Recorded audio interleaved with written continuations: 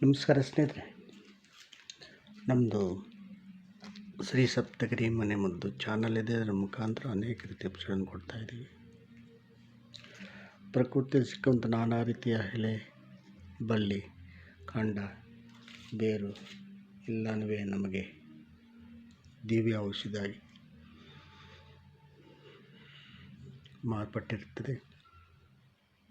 ನೋಡಿ, ಈ ಹಬ್ಬಗಳು ಬಂದಾಗ ಕೆಲವೊಂದು ಹಬ್ಬಗಳು, ಶಿವರಾತ್ರಿ, ಯುಗಾದಿ ಇಂತಹ ಹಬ್ಬಗಳು ಬಂದಾಗ ಮಾವಿನ ಒಂದು ಎಲೆಯನ್ನು ಶೇಖರಿಸಿಕೊಂಡು ಅದು ತೋರಣವಾಗಿ ಕಟ್ಟುತ್ತಾರೆ. ಆ ತೋರಣ ಕಟ್ಟಿದ ಮೇಲೆ ಇದು ಹಸಿರಾಗಿರ್ತದೆ, ಅದರ ಬಾಡಿರುತ್ತದೆ.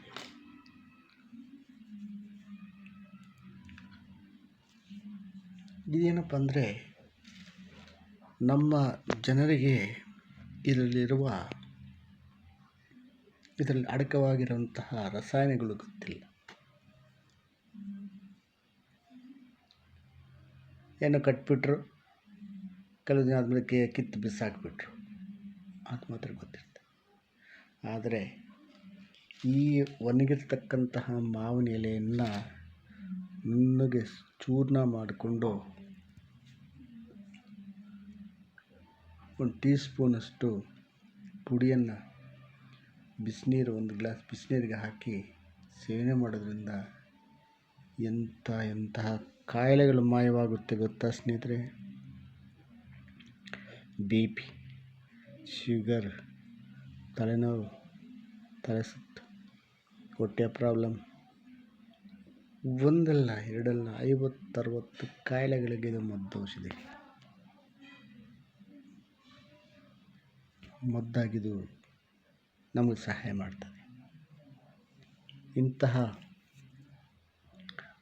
ಒಣಗಿರ್ತಕ್ಕಂಥ ಮಾವಿನ ಅಂದರೆ ನೆರಳಲ್ಲಿ ಒಣಗಿಸಿರ್ತೀವಲ್ಲ, ಯಾವ ರಸಾಯನಗಳು ಲಾಸ್ ಆಗಿರಲ್ಲ, ಇದರಲ್ಲಿ ಅಡಕವಾಗಿರ್ತದೆ.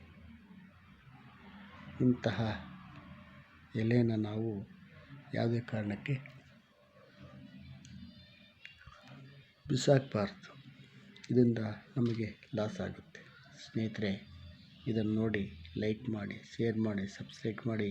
ನಿಮ್ಮ ಮನೆಗಳಿಗಿದ್ದರೆ ಇದನ್ನು ಚೂರ್ಣ ಮಾಡಿಕೊಂಡು ಸೇವಿಸ್ತಾ ಬಂದರೆ ಯಾವ ಕಾಯಿಲೆಗಳು ನಿಮ್ಗೆ ಹತ್ರ ಬರಲ್ಲ. ನಮಸ್ಕಾರ.